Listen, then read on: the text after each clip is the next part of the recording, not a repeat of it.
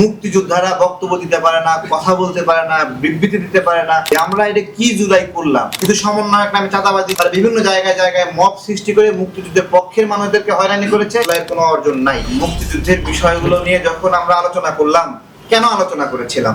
খুব সহজ ভাই। জুলাই গণ অভ্যুত্থানের পরে মুক্তিযোদ্ধাদেরকে ফুটবলের মতো সরাইছে, এরা জুতার মালা দিছে। তখন আমাদের অনুধাবন লাগছে যে আমরা এটা কি জুলাই করলাম?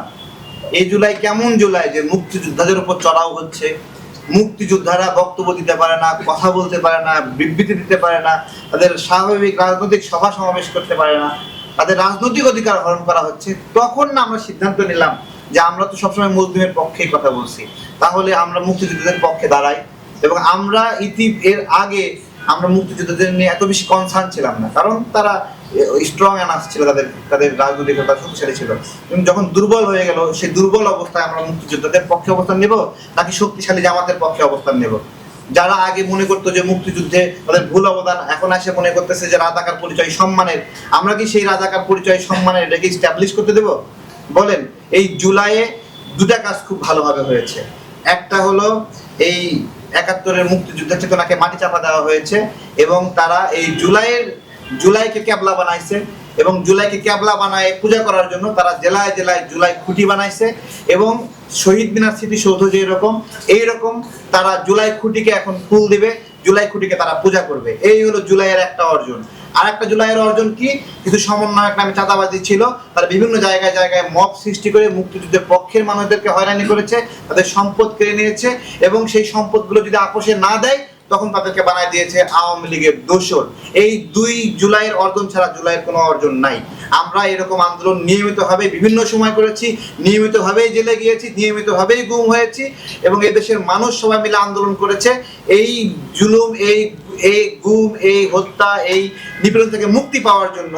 এই দেশের মানুষ সেই মুক্তির জন্য আন্দোলন করেছে, রাজাকারদেরকে এস্টাবলিশমেন্ট করার জন্য নয়। এবং এটা জুলাইয়ের আক্ষেপ এবং জুলাইয়ের আর্তনাদ যে এই জুলাই রাজাকারদেরকে সংসদে ঢুকিয়েছে সম্মানের সাথে।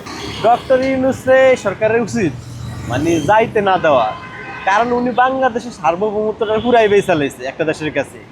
আমরা ৫ই আগস্ট পরে অনেক চিল্লাইছি মিডিয়ার সামনে যে ইউনূস একটা ফালতু লোক, হ্যাঁ ইউনূস মবের সম্রাট, ইউনূস কিন্তু আমেরিকা সিআইএর এজেন্ট। আমরা গরিব আমার কথা এলাও হয়নি, কিন্তু দিন শেষে প্রমাণ হয়েছে কি ভাই, উনি ক্ষমতা যাওয়ার আগে ৬০ দিন আগে বা ৬০ ঘন্টা আগে যে চুক্তি করছে, এই চুক্তি বাংলাদেশটা আমেরিকার ৫১তম অঙ্গরাজ্য হয়ে গেছে, বুঝছেন? এটা হলো চিরসত্য কথা। এখন বাংলাদেশের আলেম সমাজ আর কিছু কয় না, ইউনূস চুক্তি করে গেছে মানে আমেরিকা থেকে সুগরের মাংস আমদানি করতে পারবো। এই ব্যাপারে কোনো অ্যালার্জি দেখছেন জামাতের? কোনো মিছিল দেখছেন, মিটিং দেখছেন? কিন্তু নাই। আওয়ামী লীগ থাকতে যদি শেখ হাসিনা এমন কোনো চুক্তি করতো তাকে রাজপথে দেখতাম দাপট। এখন নাই, এই ব্যাপারটা বুঝি না। ডক্টর ইউনূস দেশের কোন ফল খাইয়ে রাখছে? সবটাই তো ধ্বংস করে দিয়ে গেছে। দেন আমি রাশিয়া থেকে তেল কিনুম আমার টাকা দিয়া, কিন্তু আমেরিকার তো পারমিশন লোন লাগবো কেন? মানে এমন একটা অবস্থায় দেশে মানুষ বিয়া করলে আমেরিকার থেকে পারমিশন লোন লাগবে যে আমি বিয়া করতে এসেছি, মানে বিয়া করুন। কি একটা অবস্থাটা কি আইডিয়া গেছে আমি তো বুঝি না।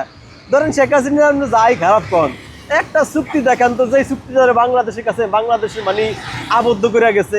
তাইলে যদি একটা চুক্তি ব্যতিক্রম করতে একটা চুক্তি, তাহলে আপনারা দেখান ১৮ মাসে ২ বছরে যে চুক্তিটা পাউল হয়েছে, এটা বাদ দিয়া দেন। এরকম চুক্তি তো দেখাইতেন পারেন নাই। তাহলে ইউনূসের চুক্তিগুলো তো স্পষ্ট প্রমাণিত। তো বিএনপির উচিত ইউনূসকে দেশ থেকে নিষেধাজ্ঞা দেওয়া। ওনার যে ভিআইপি এসএসএফ, এটা এখনকার থেকে এটা বাইর করে দেওয়া। কারণ ডক্টর ইউনূস মবের শিকারের সমস্যা কি? ডক্টর ইউনূস তো মবের প্রতিষ্ঠাতা, মবের জনক।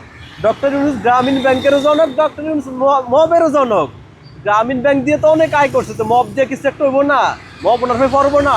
এটা তো সিরিয়াস সত্য কথা। কিছু বিচার আছে একদম ন্যাচারাল, আর আল্লাহর তরফ তো নেওয়া হয়, এটা ন্যাচারাল, এটা হইবই। ইউনূসের বই গজবটা পড়বো, আপনি দেখবেন, স্পষ্ট দেখবেন।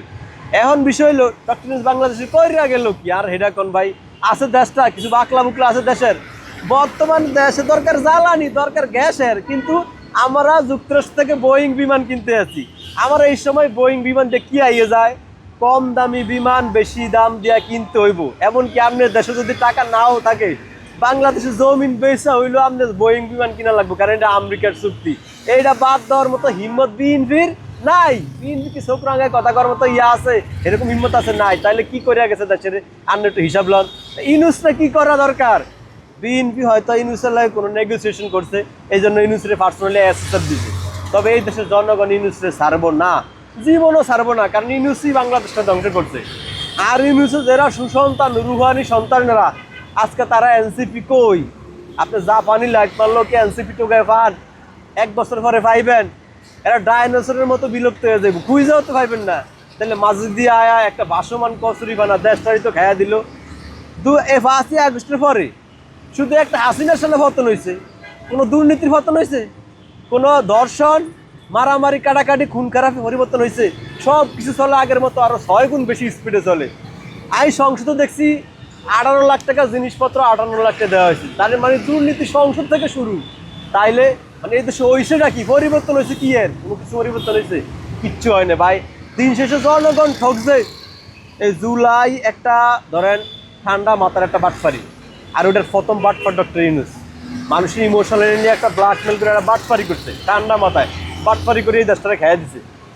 এখন দেশে হাহাকার, তেল নাই, গ্যাস নাই, যে এইদিকে যাই শুধু নাই নাই নাই। মানে এই নাই নাই তো যে কবে বাংলাদেশ মুক্তি পাবে আল্লাহ জানে, আমি বুঝি টুঝি না। তবে আমি শুধু অনুরোধ একটাই করি, এই দেশে যারা বসবাস করে, যেই দলই করুক সবাই মানুষ, হ্যাঁ, সবাই নিয়ে প্রয়োজনে এক টেবিলে বইয়েন। প্রয়োজনে যদি মনে করেন যে আওয়ামী লীগ এলে একটু ভালো হয়, আওয়ামী লীগ নিয়ে আয়েন। শেখ হাসিনা মনে করেন যদি বেশি ব্রিলিয়ান্ট হয়, ওনারে সহকারে বসেন। দেশের বৃহত্তর প্রয়োজনে, বাংলাদেশের অস্তিত্বের প্রয়োজনে, জনগণের বড় সড়ো প্রয়োজনে সবাই নিয়ে একসাথে এক টেবিলে বয়ে দেশটা মোটামুটি ভালো চালান আমনে। কারণ এই দেশে আপনি যাই কন, আওয়ামী লীগ বড় দল, হ্যাঁ তার ধরে রাখা সম্ভব না। হ্যাঁ আইবই, বুঝছেন, আওয়ামী লীগ আইবই, এটা সিরিয়াস সত্য কথা। এটা 1% মিথ্যা না। তারা টালা মারে রাখুন না, টালা মারলে মানুষের হিংস্রতা বাড়ে, বুঝছেন। আমি অনেক আওয়ামী লীগের কর্মীরা দেখছি কি করে, তাকে ভিতরটা 1.5 কোটি ডিগ্রি সেলসিয়াসে জ্বলে। এটা একদিন বাস্ট হইলে ওই দিন তো সব শেষ হয়ে যাবো। তো এরকম আটকে ওরে কি নিষেধাজ্ঞা করা যায় না? সবাই নিয়ে এক টেবিলে বইয়েন। পাকিস্তানে আমরা পিটিআই নিষিদ্ধ করছে ইমরান খানের দল, কি লাভ হইলো? প্রতিদিন খুন খারাপি হয়, সন্ত্রাস হয়, একজন আরেকজনের মানে অরাজকতা একটা দেশ। তাহলে বাংলাদেশ কেমনি চলবো? আমরা বাংলাদেশের ভালো চাই, যা হয়েছে হয়েছে। এর একটা যুদ্ধ হয়েছে, পুলিশ মরছে, ছাত্ররা মরছে, যা হয়েছে মোটামুটি একটা হয়েছে। এইবার সব হিংসা প্রতিহিংসা বাদ দিয়া দেশটা চালান, আগে দেশটা বাঁচান, এইটাই লোন।